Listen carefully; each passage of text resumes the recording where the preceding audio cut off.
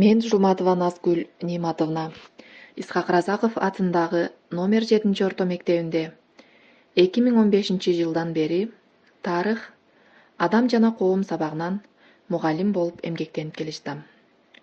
Бүгүн 10 класска Кыргызстан тарыхы сабагынан Кыргызстан Кокон хандыгынын мезгилинде деген темада ачык сабак өттүм. Сабактын максаты окуучулар Кокон хандыгынын түзүлүшү, хандыктын түзүлүшүнө салым кошкон кыргыздардын эл башчылары, Кокон хандыгы менен кыргыздардын ынтымагы, хандыктын аксымдыгына каршы элдик кыймылды жетектеген инсандар жөнүндө билишет.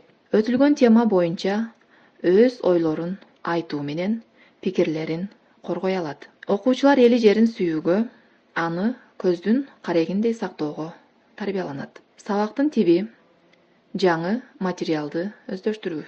Сабактын формасы жекече топтордо иштөө.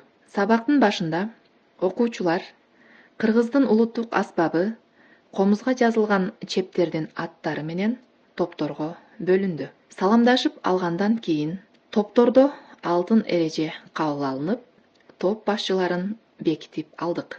Ар бир топ бүгүнкү сабакта алтын эрежени улуу инсан Исхак Разаковдун учкул сөздөрүнө айтышты. Алтын эрежени кабыл алып алгандан кийин электрондук досканы пайдаланып, үйгө берилген тапшырманы WordWall программасындагы викториналык суроолорго жооп беришти. Ар бир топтон 3 окуучу чыгып, суроолорго жооп берди. 3 топ тең суроолордун баарына жооп беришип, бааланышты.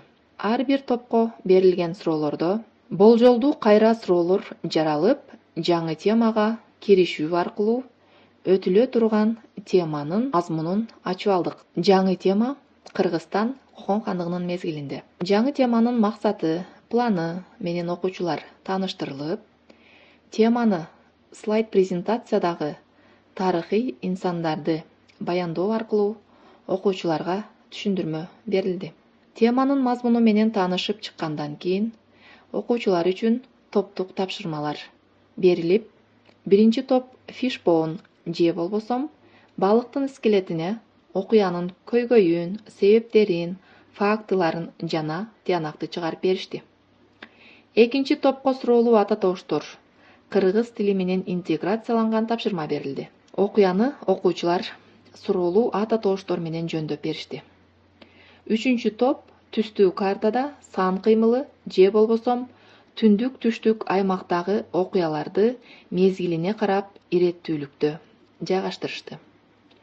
Бардык окуучулар берилген тапшырмаларды аткарышып, өз ойлорун билдирип, позициясын коргогонго аракет жасашты. Жыйынтыктоодо тарыхый каармандарды дагы кайсы сабактардан кезиктирери суралып, Кокон хандыгынын зулумдугуна каршы күрөшкөн инсандардын кандай сапаттарын өздөрүнө ала тургандыгы окуучулардан суралды. Окуучуларга силер мекенди кантип коргой аласыңар деген суроолор берилип, окуучулар менен мугалим ортосунда суроо жооп болуп өттү.